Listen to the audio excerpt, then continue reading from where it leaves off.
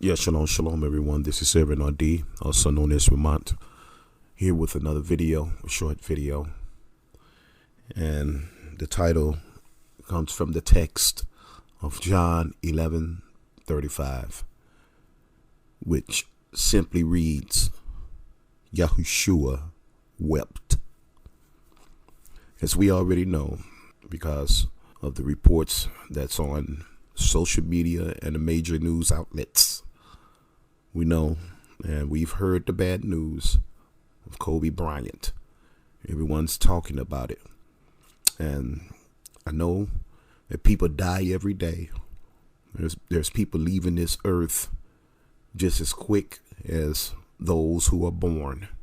So we understand that. But when you get someone that was in the limelight and an icon such as Kobe Bryant, everyone tends to, chime in and weigh in on this tragedy that took place. People talk about Kobe Bryant, and I hear people in the Hebrew Israelite community, and rightfully so, I hear them speaking on judgment, and they should. Don't get me wrong. They should talk about it. And earlier this year, I gave a message. I think it was January the 4th, and it was entitled Recognizing Hebel. And Hebel is life, which is a vapor. I may upload it. I never did upload it. It was like a roundtable discussion, teaching, lecture. But life is a vapor, like James say. You hear and then you're gone. In 1 minute, you making plans. You get up in the morning, you mapping out your day. You probably go eat breakfast and shower and dress and be on your way. Then all of a sudden you meet death, and there's nothing you can do about it. And so I'm thinking about the text where Yahushua was told that his good friend Lazarus was dead, or was dying, was sick. And he stayed away a few more days.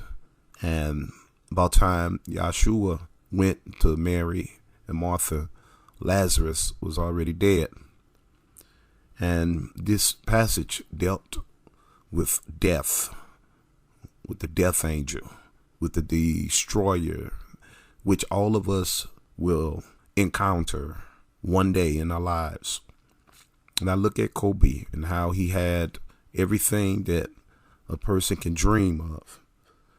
He was still a young man, 41 years old, made an impact in the NBA, traveled the world, known by everyone, hundreds of millions of dollars in the bank, and about to embark on the next chapter in his life when all of a sudden his helicopter went down.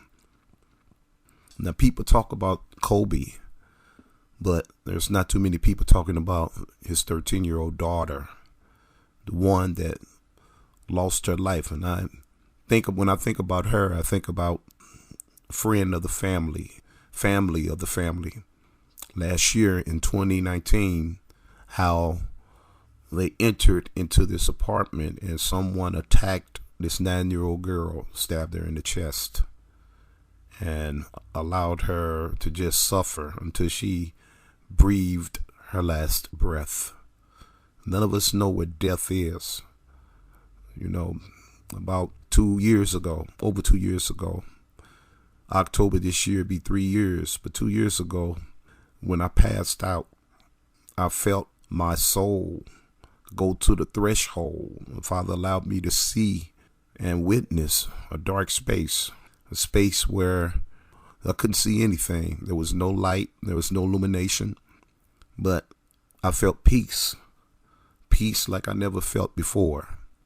And my wife was praying for me. And the Father allowed me to travel back to my body. I didn't die.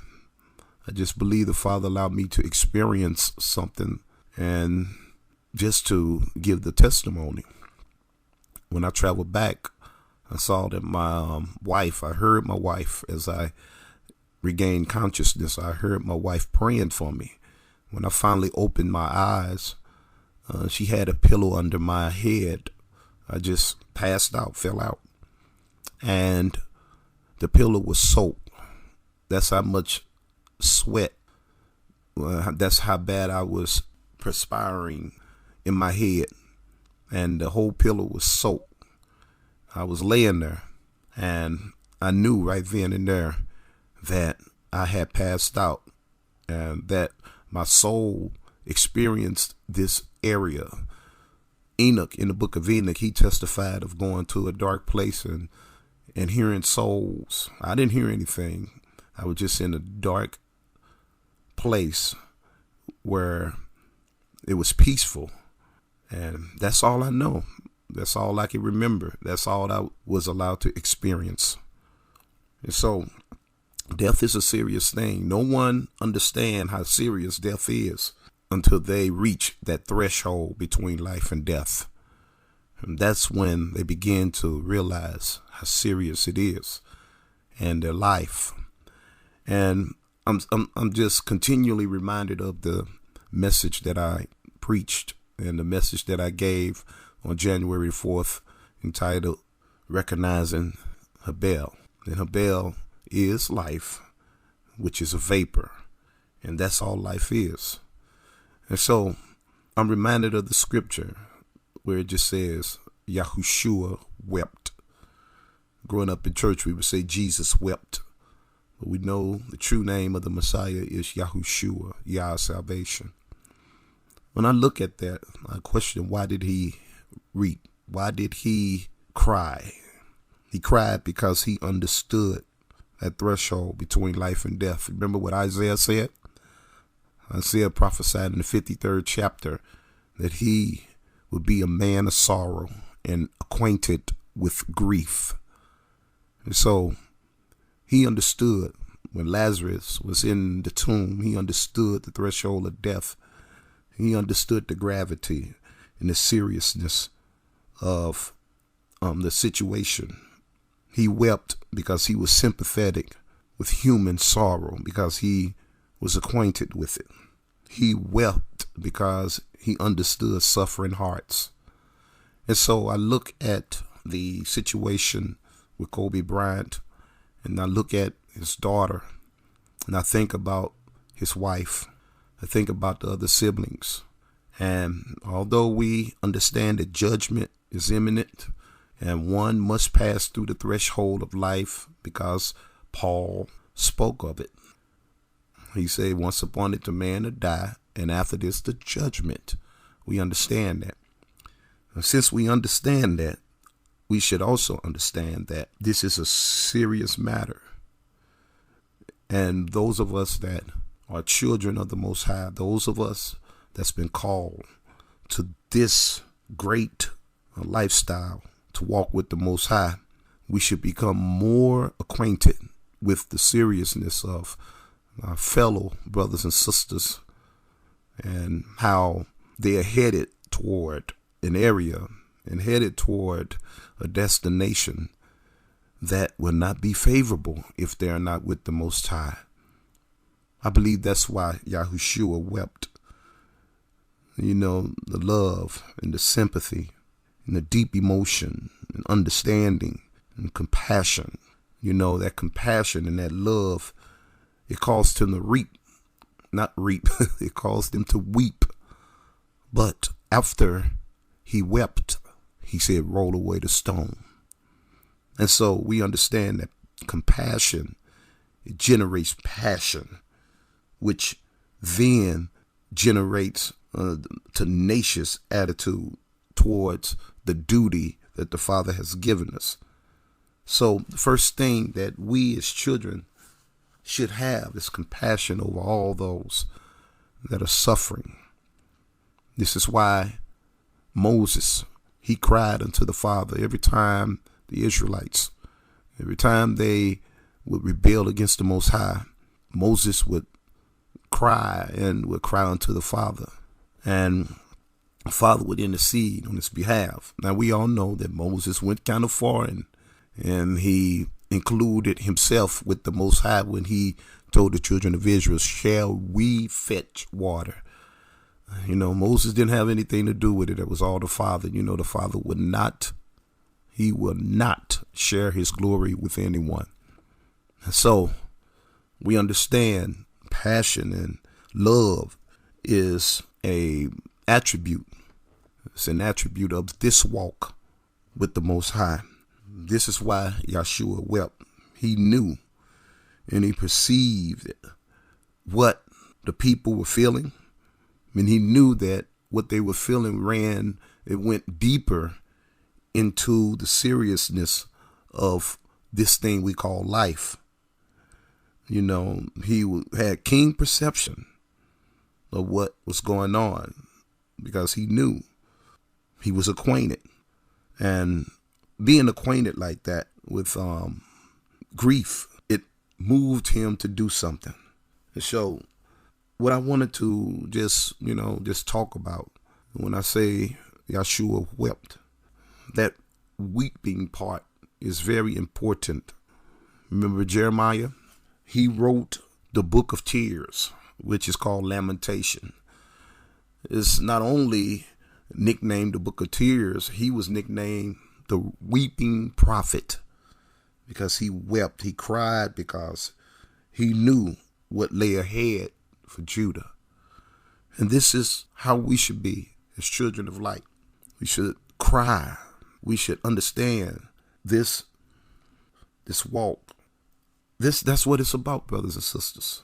It's about, understanding the mindset. Like Yahushua, he understood the mindset of the people. And he was so concerned about the people that he first identified with them.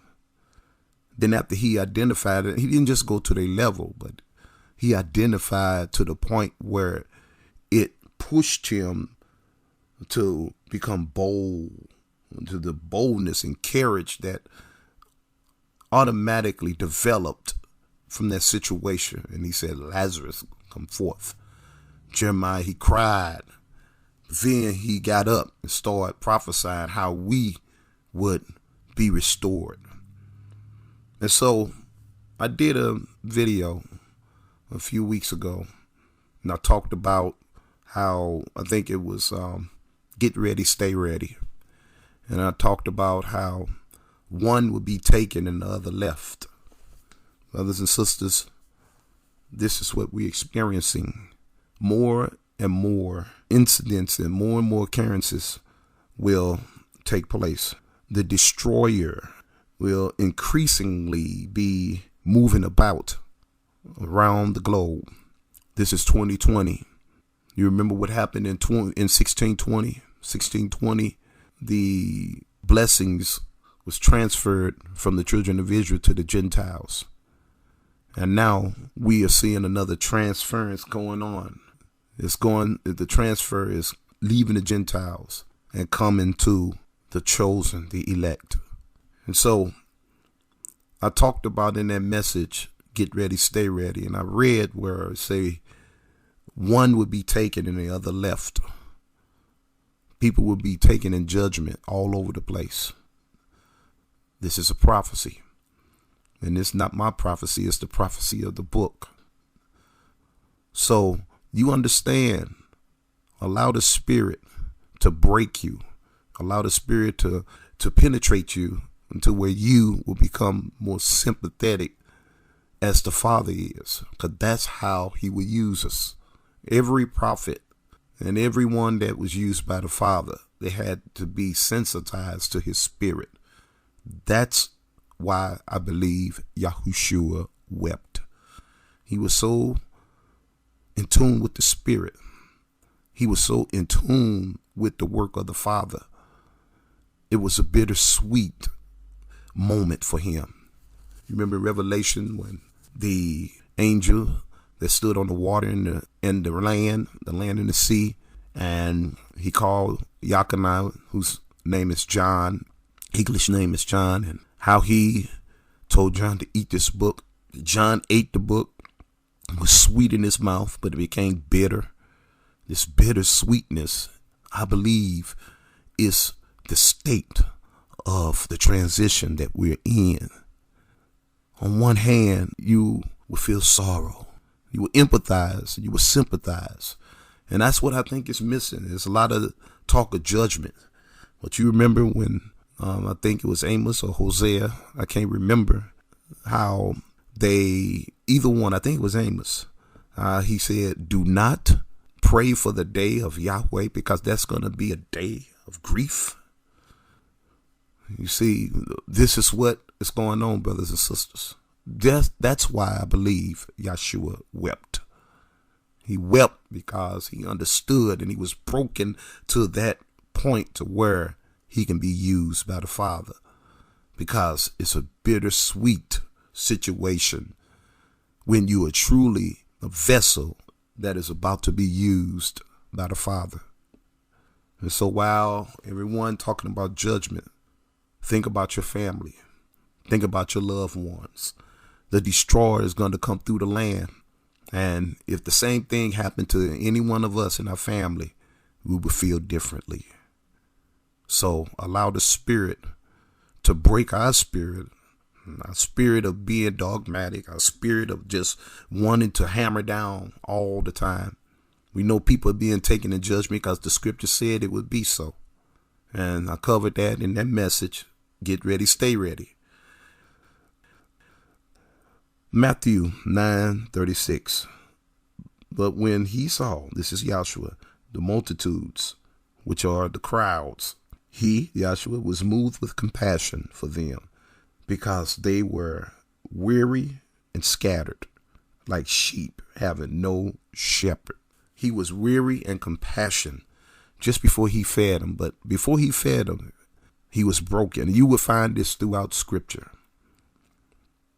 Remember, just before he went to the stake, which they call the cross, he said, my heart is exceedingly sorrowful. It's a bittersweet thing. And I use John as an example, but it also happened to Ezekiel. Ezekiel was told to eat the roll. He ate it, and it was sweet in his mouth and bitter. It's bittersweet. For us to be used, we're going to have to feel the weight of the gravity of the day that's coming, because we, including myself, sometimes are too much in self. And the spirit must be in full throttle for this thing to be implemented the way the Father wants it to. And when the spirit is implemented, guess what? You must decrease as it increase. So that's all I wanted to talk about. I'm your brother, Servant RD, also known as Ramont. Shalom.